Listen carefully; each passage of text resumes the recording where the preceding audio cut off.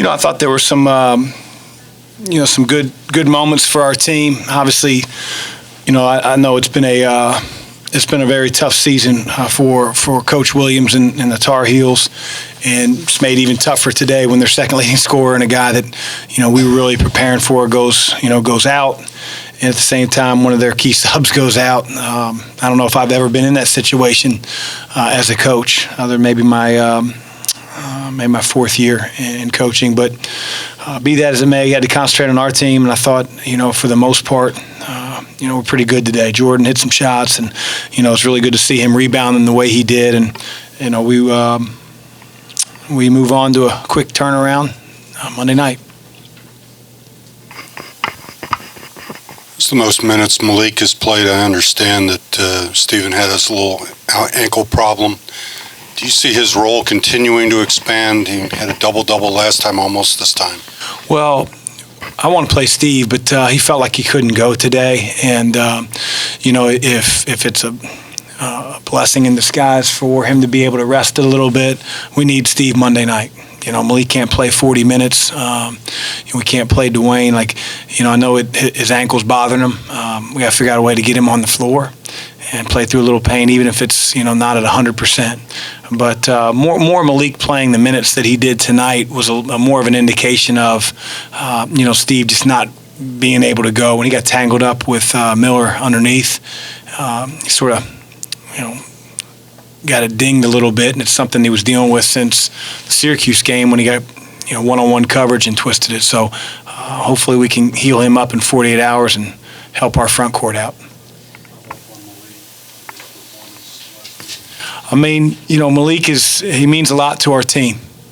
Not just the statistics, which he continues to get better offensively and gains more confidence, but just his presence on the defensive end, his voice, his leadership in practice.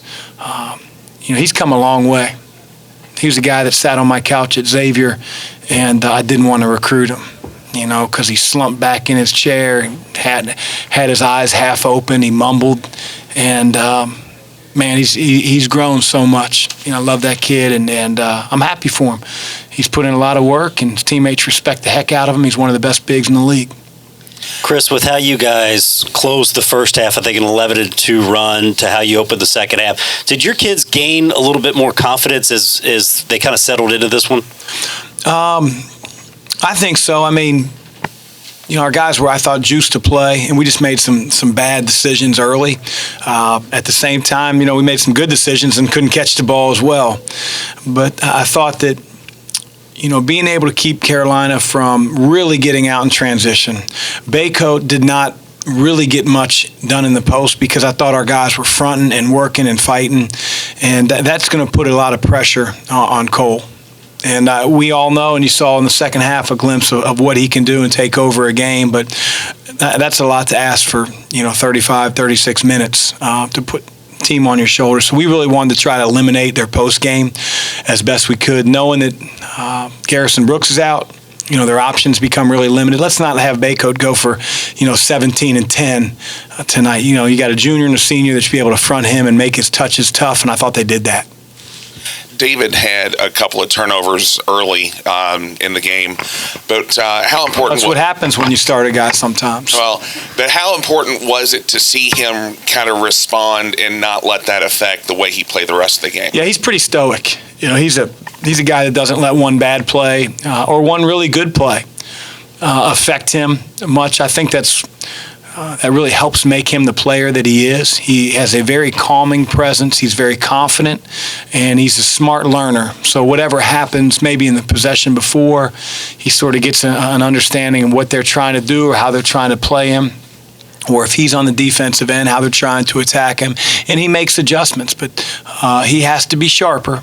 That was a concern coming in, not this game, but him as a freshman, knowing that he was going to play some guys that, a little bit like Tyson when he was in boxing, get up under you and, play in your chest and your waist area. And David being 6'5", that gives him a lot of advantages, but it doesn't necessarily give him an advantage when a water bug climbs up into him at 35, 37 feet. And so he's just got to be a little sure with the basketball. He has to recognize when they go under ball screens, how to be a little bit more patient, maybe have the ball screen get twisted so they can't keep going under, and he'll progress in some of those areas. You guys went small a few times with Malik and Steve out of the game, but still, we're really dominant on the glass, especially on the offensive end. How were you able to sustain that through the entire game? Well, Carolina right now is missing some guys. I'll just be perfectly honest. If we'd have done that a year ago with them, we might have got decimated on the glass. But we did a great job with the team that was presented. We blocked out. I don't ever have to worry about Dwayne's toughness level. When Jordan gets double-figure rebounds, we're going to be, even that much better rebounding the ball. But that's a huge key. You play Carolina, it's transition. It's not letting them duck you in the post, and it's keeping them off the glass. And I thought in most of those areas we did a pretty good job. Did you have Fresh out there at the start, kind of specifically to D up Cole Anthony, and how would you rate the way he played today? I thought defensively he did a pretty good job. A couple of those threes that Cole Anthony hit were on him. But, those are just really, really tough shots. You see it every night in the NBA. I thought he did a really good job defensively. He was in the right spots, and, we challenged our team to make the game tough on him. And outside of that, maybe those step-back threes, I thought we did a pretty good job. As you know, he's capable of going for 30 or 40 points. And because he didn't, they weren't in the game. I could skip ahead to your next challenge. You feel you're playing a lot better than you did when you played Florida State the first time. And I'm sure they are as well.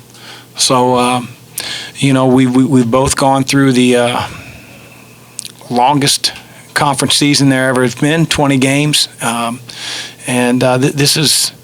These are games that you want to play in, that you want them to be meaningful. Both Florida State wanted it to be meaningful, and we did, and we've gotten ourselves to this point. And they're going to be a heck of a challenge for our team. They're going to pressure the ball. They're going to switch everything. They're going to extend their defense all over the floor. And we've got to be able to get the shots we did in the first half against them and get better ones than we did in the second half against them. What do you feel like you have to do better than you did against them back in January to win on Monday? Well, I think anytime you play Florida State, it comes down to taking care of the basketball. You can't go down there and have 17, 20 turnovers, and they can make you do that.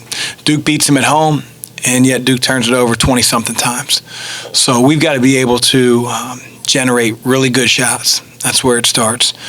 Defensively, we just have to, they hit a ton of threes on us, and MJ Walker specifically. So we've got to be a little bit more cognizant of that. We've got to close out a little bit tighter, and that presents a challenge because they have some quickness on the perimeter, but you want to beat them, that's what we've got to do. Chris, what does it say about the state of college basketball in this season in particular that you've just beat two Hall of Fame coaches back-to-back by 41 points? That I should be in the Hall of Fame. Kidding. I have no idea what it says. We got some good players, and those guys are excited. We're coming down the home stretch of our season, and we just got to continue to get better and want to improve and want to come to practice with the right mentality. One more, Coach. Chris, the turnaround here is a little odd this time of year, especially with a game of this magnitude. I guess just your thoughts on the way this is settled, and on the other hand, I guess this is what's going to be expected of your team in a couple weeks anyway. Yeah, I try to make the parallel to our team. You get in the NCAA tournament, you're going to have quick turnarounds. And we have a familiarity with Florida State, as do they with us. They had to play on Saturday. I think years ago, in some of these leagues, one team would have like a Saturday, Monday, and the other team would have like a Wednesday, Monday. And so at least there's equity. They got the same circumstances that we do. Got to play on the road, but they already played here. So, that won't have anything to do with the outcome of the game. Our guys are well in tune to what Florida State does on both ends of the floor. It's just being up to the challenge to be better than them. Thank you. We'll be back with Jordan and